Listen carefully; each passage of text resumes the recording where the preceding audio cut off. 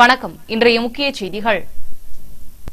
போக்குவரத்து துறை அதிகாரிகள் போல் நடித்து வாகன ஓட்டிகளிடம் பணம் வசூல் செய்த 2 வாலிபர்கள் கைது.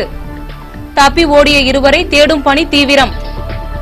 காற்றழுத்த தாழ்வு நிலை வலுவடைந்துள்ளதால் கனமழைக்கு வாய்ப்பு. புதுச்சேரியில் அனைத்து பள்ளிகளுக்கும் திங்கட்கிழமை விடுமுறை அறிவிப்பு. புதுச்சேரியில் தீயணைப்பாளர்கள் ஓட்டுநர் பணிக்கு எழுத்துத் தேர்வு. 1463 பேர் தேர்வு எழுதினர். ஸ்மார்ட் மீட்டர் பொருத்தும் திட்டத்திற்கு புதுச்சேரி மக்களிடையே வரவேற்பு. மின் திருட்டை தடுக்க மிகச்சிறந்த வாய்ப்பு. இனி விரிவான செய்திகள். புதுச்சேரியில் போக்குவரத்து துறை தணிக்கை அதிகாரிகள் போல் நடித்து வாகன ஓட்டிகளிடம் பணம் பறித்த டிப்டாப் ஆசாமிகள் 2 பேரை போலீசார் கைது செய்துள்ளனர். கொல்கத்தாவிலிருந்து சோப்பு ஆயில் ஏற்றிக்கொண்டு GNM என்ற தனியார் தொழிற்சாலைக்கு வந்த டேங்கர் லாரியை கிழக்கு கடற்கரை சாலை ராஜீவ்காந்தி சிலை சதுக்கம் அருகே மடக்கிய டிப்டாப் ஆசாமிகள் தங்கள் போக்குவரத்து துறை தணிக்கை அதிகாரிகள் என கூறி வாகனத்தை சோதனையிட்டார்கள். அப்போது விதிமுறைகளை மீறி வந்ததாக 1400 ரூபாய் பணத்தை வசூல் செய்து 550 ரூபாய்க்கு மட்டுமே ரசீது கொடுத்துள்ளனர்.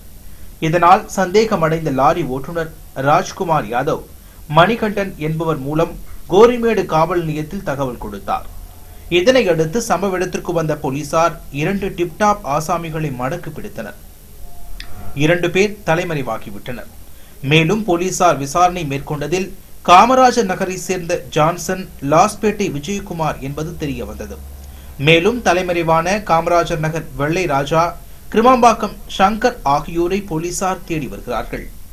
போக்குவரத்து துறை அதிகாரிகள் போல் நடித்து போலி ரசீதுகளை தயாரித்து வாகன ஓட்டிகளிடம் பணம் வசூல் செய்த சம்பவம் புதுச்சேரியில் பெரும் பரபரப்பை ஏற்படுத்தியிருக்கிறது. வங்கக்கடலில் உருவாகியுள்ள குறைந்த காற்றழுத்த தாழ்வு நிலை காரணமாக கனமழை பெய்யும் என வானிலை மையம் அறிவித்துள்ளதால் புதுச்சேரியில் உள்ள அனைத்து பள்ளிகளுக்கும் திங்கட்கிழமை விடுமுறை அளிக்கப்பட்டுள்ளது.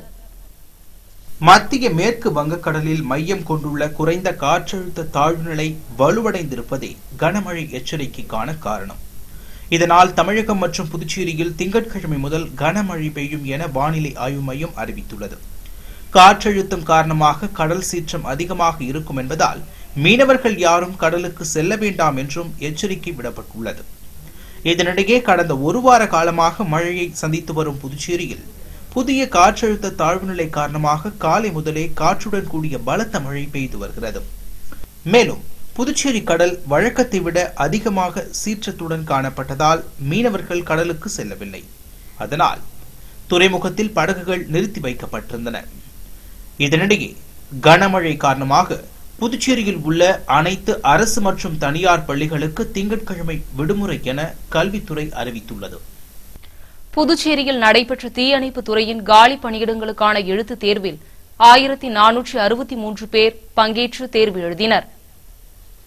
புதுச்சேரியில் தீயணைப்பாளர் பதவி நிலை 3ற்கான 52 காலி இடங்களுக்கு கடந்த 2007ஆம் ஆண்டு உடல் தகுதி தேர்வு நடைபெற்று சான்றிதழ் சரிபார்ப்பு நடைபெற்றது.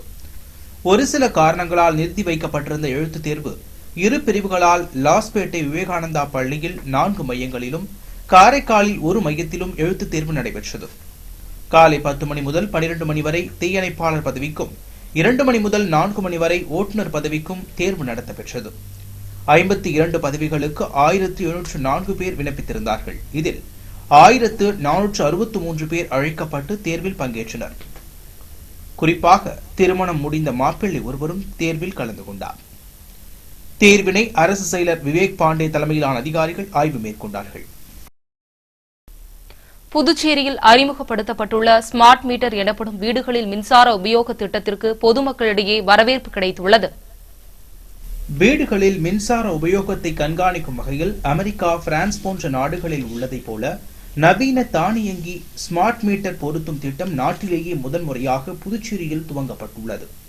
கடந்த 20ஆம் தேதி நடைபெற்ற இத்திட்டத்திற்கான ஸ்மார்ட் கிரிட் கட்டுப்பாட்டு மையத்தின் திறப்பு விழாவில் முதல்வர் ரங்கசாமி கலந்து கொண்டு மையத்தை திறந்து வைத்தார். வீடுகளுக்கு தானியங்கி ஸ்மார்ட் மீட்டர் பொருத்துவதன் மூலம் மின் தேவையை வீட்டு உரிமையாளர்கள் தாங்களே திட்டமிட்டு குறைந்த மின் கட்டணத்தில் மேம்பட்ட வசதிகளை பெற முடியும் எனும் நோக்கத்தில் அறிமுகப்படுத்தப்பட்டுள்ள இத்திட்டம் மக்கள் மத்தியில் பெரும் வரவேற்பை பெற்றுள்ளது.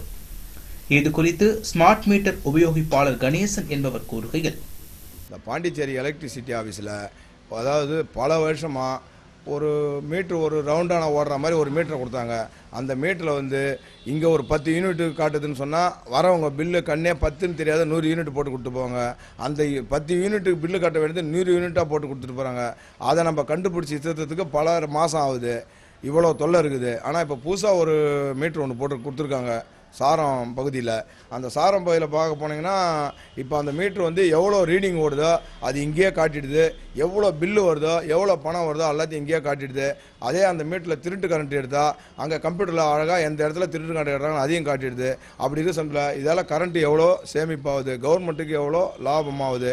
அதனால் இந்த மீட்டரே எல்லா இடத்துலையும் பொறுத்துனா எல்லாத்துக்கும் வசதியாக இருக்கும். பொதுவாக ஜனங்களுக்கு அலையிற வேலை மிச்சமாக இருக்கும். இதை பொறுத்துனா நல்லாயிருக்கும்.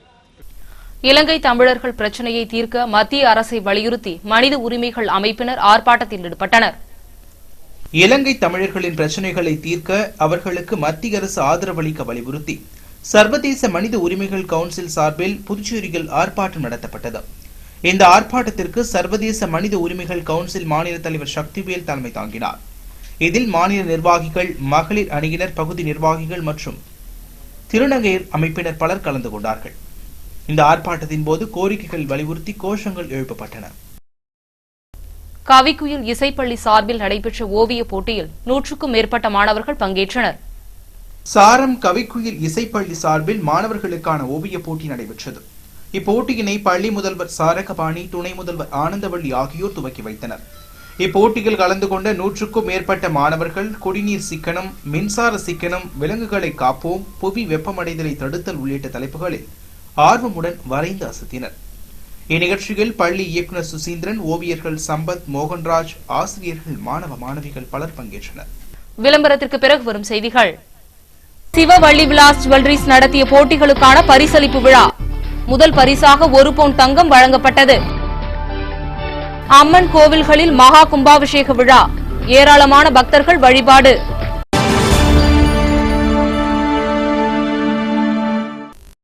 செய்திகள் தொடர்கின்றன. புதுச்சேரியின் பழம்புகழ்மிக்க சிவவள்ளி விலாஸ் ஜுவல்லரி சார்பில் நடைபெற்ற பாட்டு, ஓவிய போட்டிகளில் வென்றவர்களுக்கு பரிசளிப்பு விழா நடைபெற்றது. புதுச்சேரியில் வாடிக்கையாளர்களை பெரிதும் கவர்ந்துள்ள சிவவள்ளி விலாஸ் ஜுவல்லர்ஸ் நவராத்திரியை முன்னிட்டு சிறப்பு போட்டிகளை நடத்தினர். புதுவையின் தங்க குரல் யார் எனும் தலைப்பில் நடைபெற்ற பாட்டு போட்டியில் பங்கேற்ற 100கணக்கானோரில் 27 பேர் தேர்வு செய்யப்பட்டார்கள்.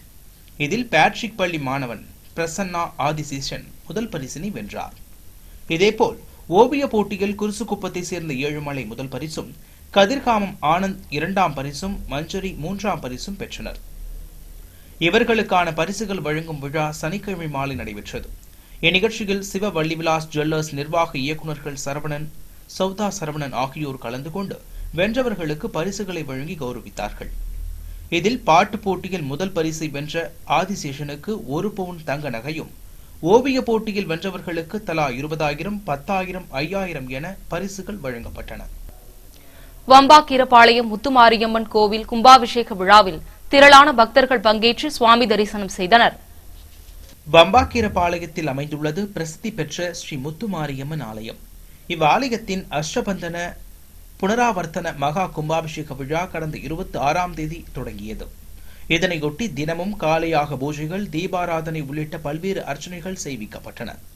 இதனைத் தொடர்ந்து காலையில் நடைபெற்ற கும்பாபிஷேக விழாவில் அனைத்து பகுதிகளில் இருந்தும் திரளான பக்தர்கள் கலந்து கொண்டு அம்மனை தரிசனம் செய்தார்கள்.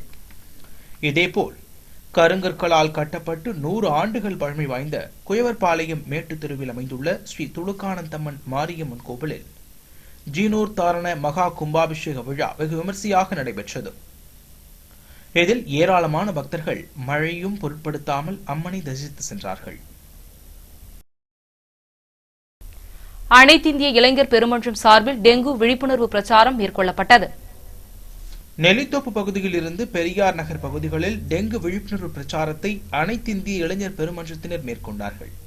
கிளை தலைவர்கள் பிரபு, பெருமாள், வாஞ்சிநாதன் தலைமையில் 50க்கும் மேற்பட்டோர் இப்பிரச்சாரத்தில் ஈடுபட்டனர். பொதுமக்களை ஈர்க்கும் வகையில் கொசு போல் முகக்கவசம் அணிந்து டெங்கு விழிப்புணர்வு துண்டு பிரசுரங்கள் விநியோகம் செய்யப்பட்டன. புதுவை தமிழ்ச்சங்கம் சார்பில் நடைபெற்ற சிறுவர் கலை இலக்கிய விழாவில் பல்வேறு போட்டிகளில் வென்ற சிறுமியர்களுக்கு சான்றிதழ் வழங்கி கௌரவிக்கப்பட்டது. புதுச்சேரி தமிழ்ச்சங்க கட்டிடத்தில் நடைபெற்ற இக்கலை விழாவுக்கு சங்க தலைவர் முத்து தலைமை தாங்கிட செயலாளர் பாலசுப்ரமணியன் வரவேற்புரையாற்றினார். இந்நிகழ்வில் நீலா நிருத்ராலயா நடனப்பள்ளி நந்தினி குழுவினர் நாட்டியமும், ராசப்பா பொம்மலாட்ட கலைக்குழு குப்புசாமியின் பொம்மலாட்டமும் சிறப்பாக நடைபெற்றது. தொடர்ந்து வாய்ப்பாட்டு, பரதநாட்டியம், பேச்சு போட்டியில் வென்றவர்களுக்கு பரிசுகளும் வழங்கப்பட்டன. இவ்விழாவில் துணைத் தலைவர் அப்துல் மஜீத், அறிமதி இளம்பருதி உட்பட தமிழறிஞர்கள் பலரும் கலந்து கொண்டார்கள். 16வது தேசிய புத்தக கண்காட்சி டிசம்பர் 19ஆம் தேதி வேல் சொக்கநாதன் திருமண நிலையத்தில் நடைபெற உள்ளது. புதுச்சேரி கூட்டுறவு புத்தக சங்கம் மற்றும் எழுத்தாளர் புத்தக சங்கம் ஆகியன இணைந்து 16வது தேசிய புத்தக கண்காட்சி மற்றும் முதலாவது பன்னாட்டு புத்தக கண்காட்சி டிசம்பர் 19ஆம் தேதி முதல் 12 நாட்கள் நடைபெற உள்ளது. வேல் சொக்கநாதன் திருமண நிலையத்தில் நடைபெறும் இக்கண்காட்சியில் பல்வேறு நாடுகளைச் சேர்ந்த 1 லட்சத்திற்கும் அதிகமான தலைப்புகளை கொண்ட புத்தகங்கள் கண்காட்சியில் இடம்பெறவிருக்கின்றன. இதில் 104 புத்தக நிறுவனங்கள் பங்கேற்கின்றன. இக்கண்காட்சியின் தொடக்க விழாவினை முதல்வர் ரங்கசாமி தொடக்கி வைக்க உள்ளார். இன்றைய செய்திகள் நிறைவடைவதற்கு முன்பு தங்கம் மற்றும் வெள்ளி விலை விவரம். இது தங்கமான உறவு. ஜோசா லுகாஸ்.